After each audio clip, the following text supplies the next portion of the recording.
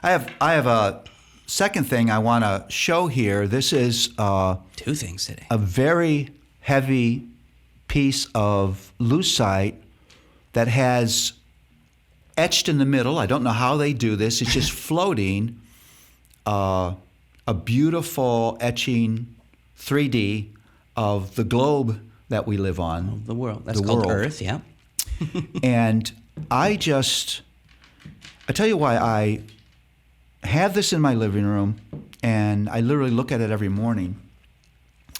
It was given to me on one of my international trips, and it reminds me that we are all part of a global Christian community. We are brothers and sisters, literally, with a worldwide church, and there's a way in which we have bought into, I'm using we in the largest sense, this Right. sort of America-centric view of the church, Yep. where America's the epicenter of Christianity, and we go out to the foreign world, Yeah. and there's a bit of weirdness to that. Yep. First of all, we kind of know that the kingdom of God was strong and mighty before there was ever America. Yeah, we kind of know, but we don't literally live like that. And it will be that after. Yes. Am I thankful for the country I live in? Absolutely. It's a mercy of God that I was born in America. Yeah. Of course it is. But the kingdom of God is way larger. Think of China.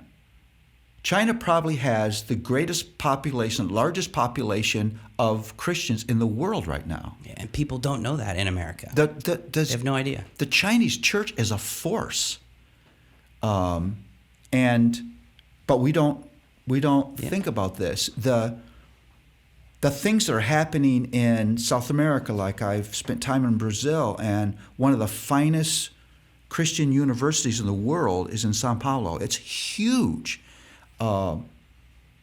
Everybody on the board of that university is an elder in a church. They have a cutting edge bio department.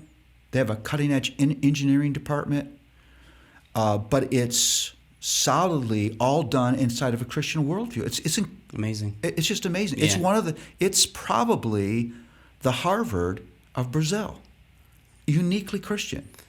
And who's heard of that in America? Nobody even knows its name. Yeah. Yeah. So I'm just caused to remember Yes. the humbling truth that we are just one part of this marvelous work of redemption that has gone on before us and will go on after us, and we share deep commonality. We need the world. It's one of the things that this reminds me of is how much I've learned about my faith from being outside of my own culture. I can remember in Korea just being confronted with Christian values that I sort of have, but Korea has much stronger than we do because of the nature of the culture. Like, can you give me an example? Community over individuality. You know, we talk about individual salvation. I mean, just, Yes. Jesus and me. You accept Jesus into your life. And I was just very, very aware of that, just the beautiful emphasis, community.